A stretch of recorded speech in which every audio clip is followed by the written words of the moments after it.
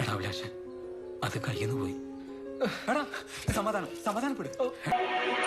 ഞാൻ പറയുന്നത് നിനക്ക് വിശ്വാസമില്ലെന്നാണോ? വേണ്ട, താനൊരു പുല്ലും പറയണ്ട. എനിക്ക് പറയാനുള്ളത് കൂടി കേൾക്കണം. താൻ പറഞ്ഞത് ഞാൻ കുറെ കേട്ടത്. ഇല്ല, ഇനി ഞാൻ നിങ്ങളെ വിശ്വസിക്കില്ല.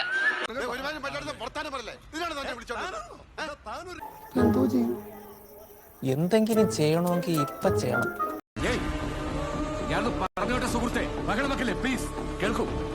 അപ്പോ ഈ ബന്ധം തുടരാൻ താല്പര്യമില്ലെന്ന് ആ പൂതി മനസ്സിലിരിക്കട്ടെ.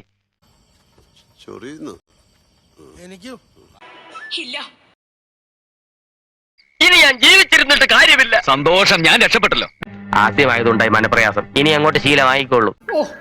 ഇതങ്ങാടെ പുറത്തിറങ്ങി കഴിഞ്ഞാൽ തറവാടിന്റെ വാനം. നിന്നെ എന്നെ ഏൽപ്പിച്ചവരുണ്ട്, അവർക്ക് ഞാൻ നിന്നെ തിരിച്ചേൽപ്പിക്കാം. ഇതിപ്പോ ഒരുമാതിരി കുടുംബ സീരിയലിനകത്ത് പെട്ട പോലെയായി. നിങ്ങൾ എന്തൊരു മണ്ടനാ. എല്ലാം അങ്ങ് സമ്മതിച്ചു അല്ലേ? മൊണ്ണ. ആവശ്യമുണ്ടെങ്കിൽ കളക്ട് ചെയ്യുക. ബുദ്ധിമുട്ട് ജയിൽ കേൾക്കുന്നു. സോറി. നിന്റെ വീട്ടിൽ ഞാൻ കൊണ്ടാക്കാം. എവിടെന്ന് കിട്ടിയവൻ സീമോദലിനെ? ബന്ധം വേർപെടുത്താൻ എപ്പോ എവിടെ ഞാൻ വരണമെന്ന് പറഞ്ഞാൽ മതി. അപ്പൊ അതാ കാര്യം. സാറിന് നാടകാഭിനയമൊക്കെ നല്ല വശമായിരിക്കും അല്ലേ? എന്ത് തന്മയത്വമായ അഭിനയം.